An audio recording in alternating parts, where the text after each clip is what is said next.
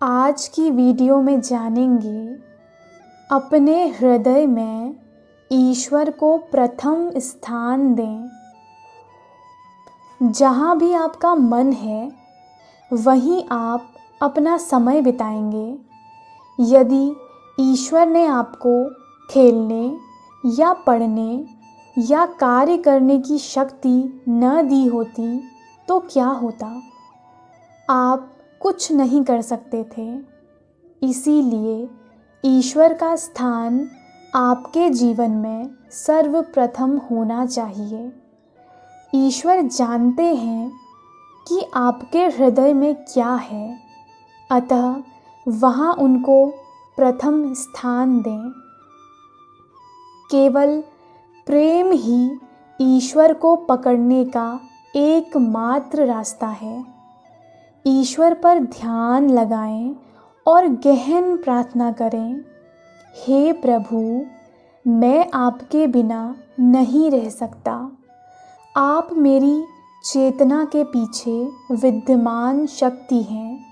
मैं आपसे प्रेम करता हूँ, मुझे दर्शन दें। उनका ध्यान करने के लिए जब आप नींद को त्याग देते हैं, जब आप स्वार्थ को छोड़ देते हैं और स्वयं ईश्वर को अपने बंधुओं में कष्ट भोगते देखकर रोते हैं, तो वे आपके पास आ जाते हैं।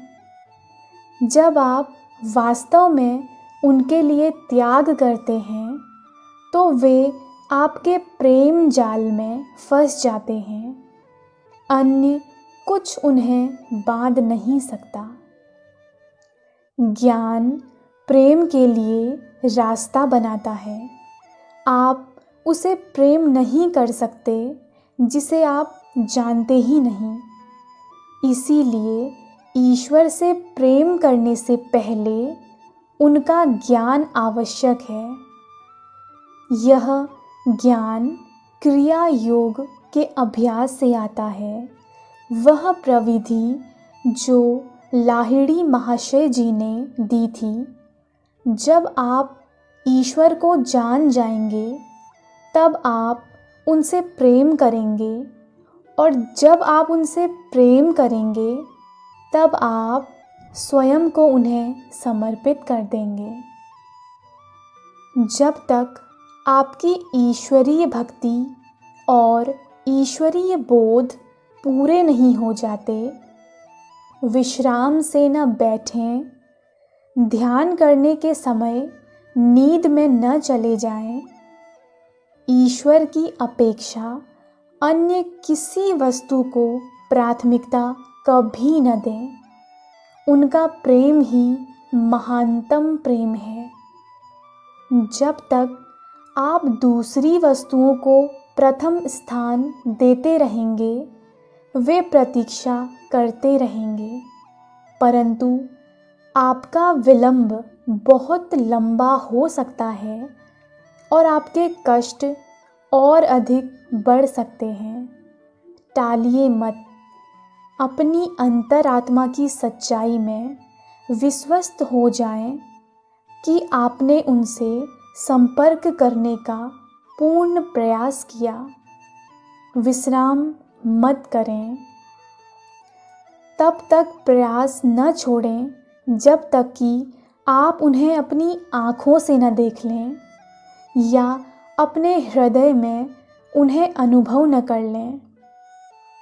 जन्म, खेलकूद, विवाह, संतान, वृद्धावस्था और फिर जीवन समाप्त हो जाता है। यह जीवन नहीं है। मैंने अनुभव किया है कि जीवन इससे कई अधिक गहनतर है और उससे अधिक अद्भुत है। जब आप ईश्वर को जान लेते हैं तब कोई दुख नहीं रह जाता।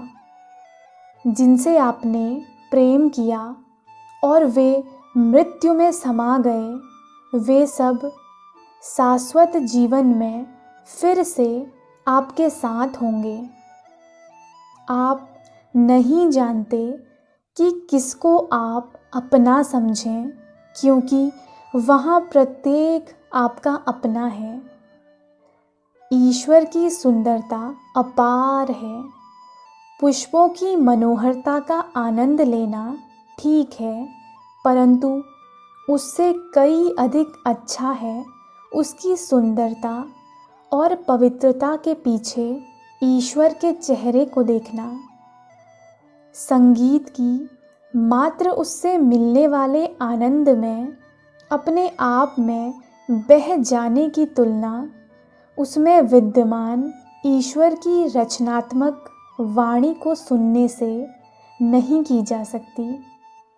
यद्यपि ईश्वर सृष्टि के सीमित सौंदर्य में अंतर्निहित हैं, फिर भी भौतिक स्वरूप और सीमितता से परे शाश्वत आत्मा की अनुभूति करना ही ज्ञान है।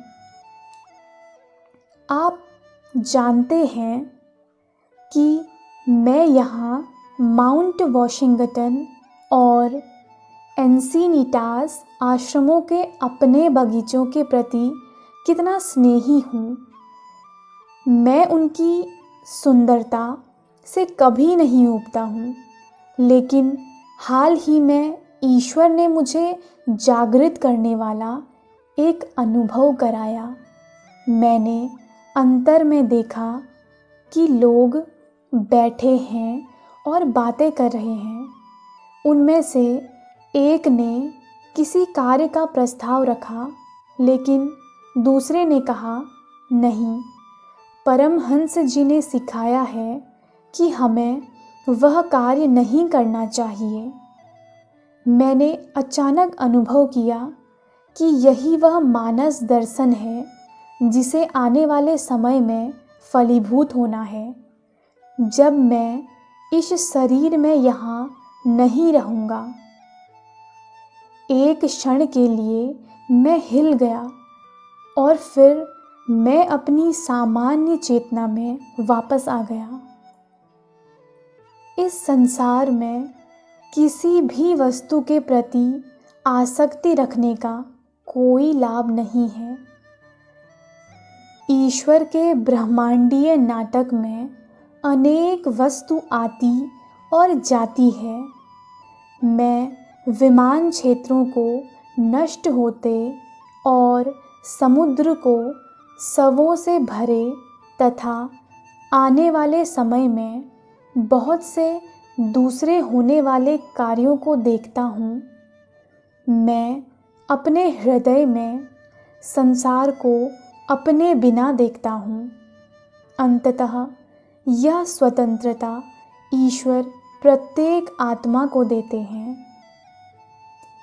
एक महान संत ने कहा है, मुझे चिंता नहीं मैं कहीं भी रहूं, लेकिन हे प्रभु, मेरे ध्यान से विस्मृत होकर मुझे दंड मत देना।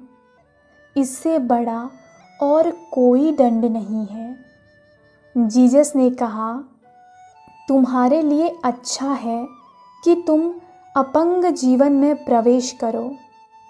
ईश्वर संपर्क से सभी कष्टों को दूर किया जा सकता है।